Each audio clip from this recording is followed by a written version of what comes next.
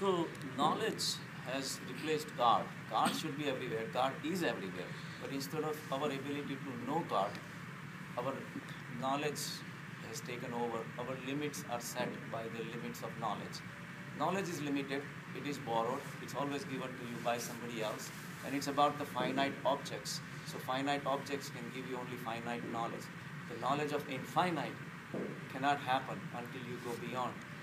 The whole world is full of two things, names and forms. So somebody says that, who are you? Then you're going to start describing your name and where do you live, and it's all relative. And everything else has to be described to describe you. But then say, but certain answers that comes from within. Like, what's your sex? Say, I'm a male or I'm a female. That nobody has to tell you. You know, it's your experience. But the names is the trick of the society. Society has given you name because identifications are so important to identify each and every individual. So it's the convenience of the society that names are given to you. But the forms are given to you by the nature. But we have to go beyond both. So both are tricks of the mind. So if you really know, the knowledge is very superficial, but ignorance of the traditional knowledge is one way of going within and trying to find out what else is out there.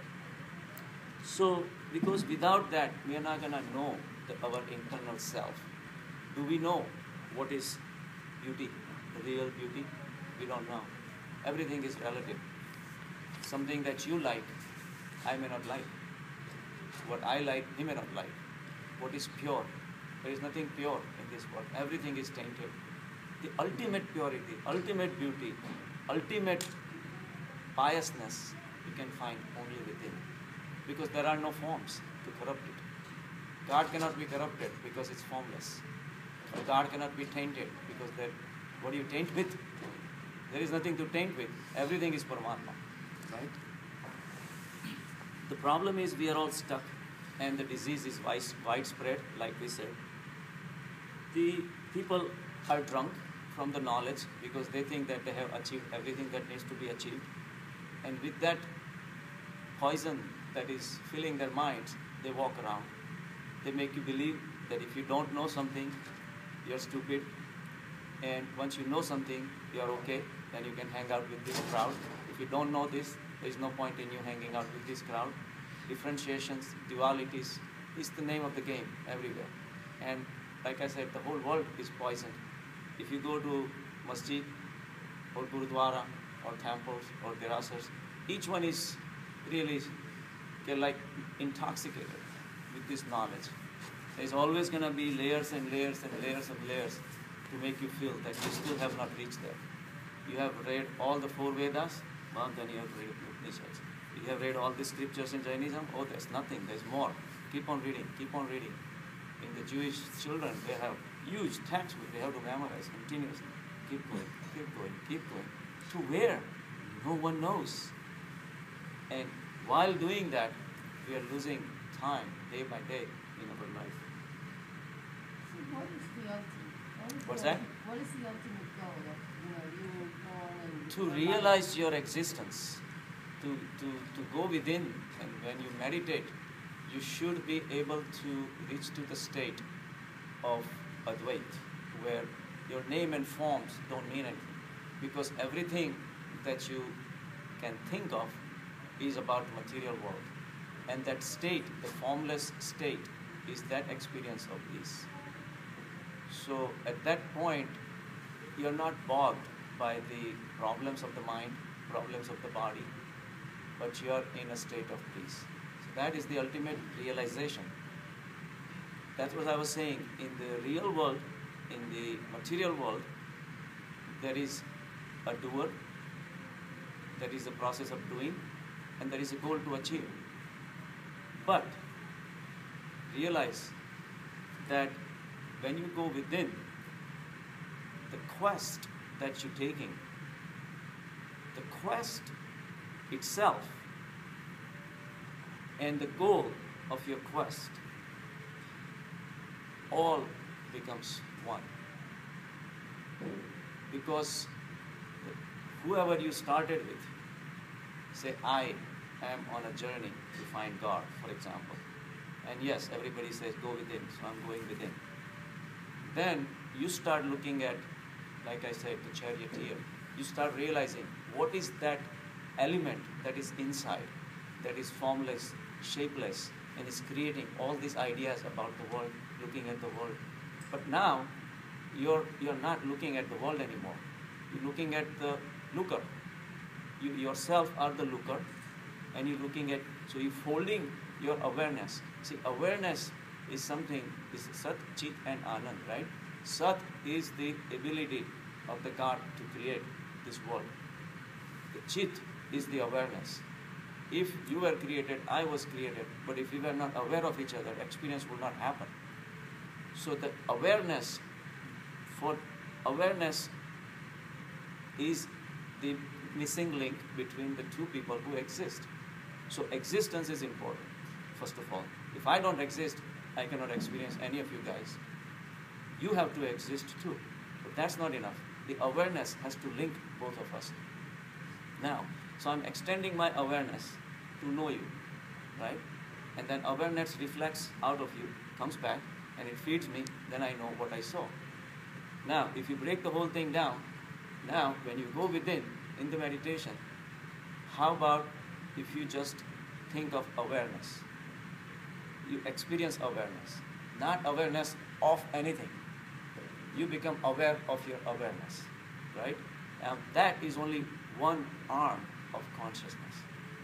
So little by little what happens is you start going within, and there is a formless entity.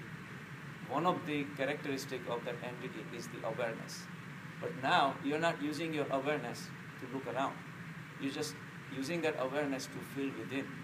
And little by little you're going so deep, so deep, so deep, so deep, that everything merges and the duality stops. Because at the level of awareness, you are saying, okay, I am aware, but who am I? Forget about the body, forget about the mind, forget about the chariot.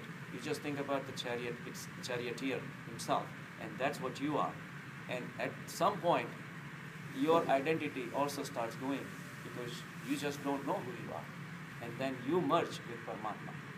When that merging takes place, that's the ultimate bliss that Buddha reached, Mahavir reached, and Christ reached. So that is the goal of spirituality. We are not going to get anywhere around going after. I had one patient yesterday, elderly lady, 84, 85-year-old. He says, I said, you did very well for 84, 85. And she's very happy, smiling all the time. So I said, what do you do? He says, I speak the mantra. Which one? Mrityunjay mantra. 1,000 times, every day. This is all she does. He says, I keep doing that every day, every day, every day. Now, I don't know what is her state. And all these things, are chanting the japs and mantras, are important only to bring your multi-focused mind into a single focus, yes. But that's just the starting point of meditation.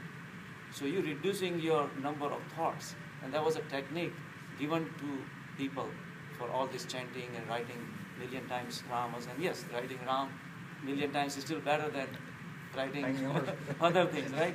So, or reading other things and going other places and all that. At least it focuses you in one level. But that's just the springboard. But ultimate goal is to feel the vibrations of that consciousness. And that is the ultimate goal. So that is what is lacking. Like as a child, you don't know anything about this. And I found out about all of this, attending these classes. Right. Of course, some guidance is necessary. I'm not saying it's going to be spontaneous. But at the same time, if you teach a child meditation right from the childhood level, they would not have to ask anybody. J. Krishnamurti says, I never read any books. But he was one of the greatest saints, and he reached to that level without reading any books. All these things are also not necessary. All these things are necessary because of our age. We have developed so many knots, anxieties of the future. Filters. What's that? So many filters. Yeah, so many filters. The more older you get, the more filters you have, and the more undoing we have to go through. That's why for you classes are important. But if a 5-year-old child, and if the environment is in the house that we all meditate on a daily basis, all our reactions will be not really hastened or unnecessary, unthinkable, and without thoughts, and we will be all at peace. The whole family will be at peace. There won't be any fights. Everybody will be doing meditation on a daily basis. Yet, at the steady mind level, we'll be achieving a lot too in the society. It's not that we'll be functionless. So at that level, Paramatma will be within us and around us all the time. So these kids don't have to attend classes because they are born with that state. It's just that we are the one who messing it up. So layers and layers of knowledge it brainwashes us, and then it takes us nowhere. So Buddha and Mahavir, they all said that, don't do what we did, but go within. Last words of Buddha was apadipo bhava. You become your own guiding light. At some point, the journey has to be started by yourself, and the journey has to be taken by yourself. Meditation cannot be taught. Just a few hints can be given, but inside experience has to come by yourself. And how long it's going to take, what's going to happen after you reach that state of realization, no one can tell. Because telling you itself becomes a goal again. Say, oh, then I have to do this, then I have to become like this. This is just a description of the hint that how it can go. But the ultimate feeling that has to happen. It's like being invited to the castle to have a dinner with the king. You can talk about the menu, you can talk about what foods are going to be served, but until you go there and eat that food, that experience is not going to happen. So it's everybody's own journey. And that's the focus should have been, instead of we are lost in all these things.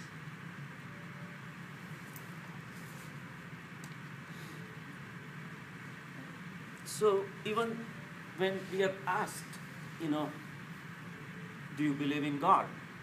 But again, the answers come based on our knowledge.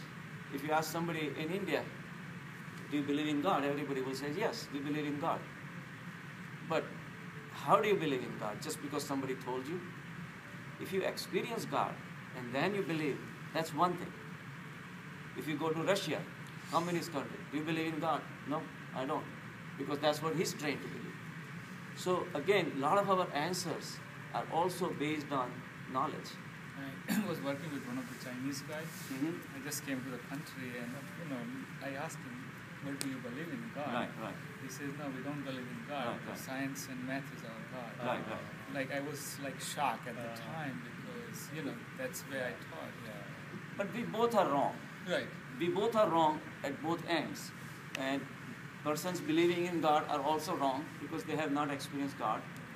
And how could your belief come in something without experiencing something? Just because everybody says that, just because we are raised in the environment, which is a religious environment, and then we just say, okay, yeah, I heard that my mom says that God is there, so we have to do this. My dad says this, my temple says this, whatever. So we are just as bad as the people who have no faith, because they have no exposure either, and they say there is no God. Yes? Well, again, it's a belief though. It's a belief system. And we are born and brought up in that belief system just because our parents told us. If we were born in an African jungle where there was nobody around, like a Tarzan raised by the wolves, who's nothing. God is not something to be talked about. God is something to experience. So if I ask you and you say, I don't know, I think that's the best answer because you have not experienced it. And just because I tell that it's a good answer does not mean that's the answer should be either, because then again it's a belief. But when there is, but at least a start, it's a start, right? So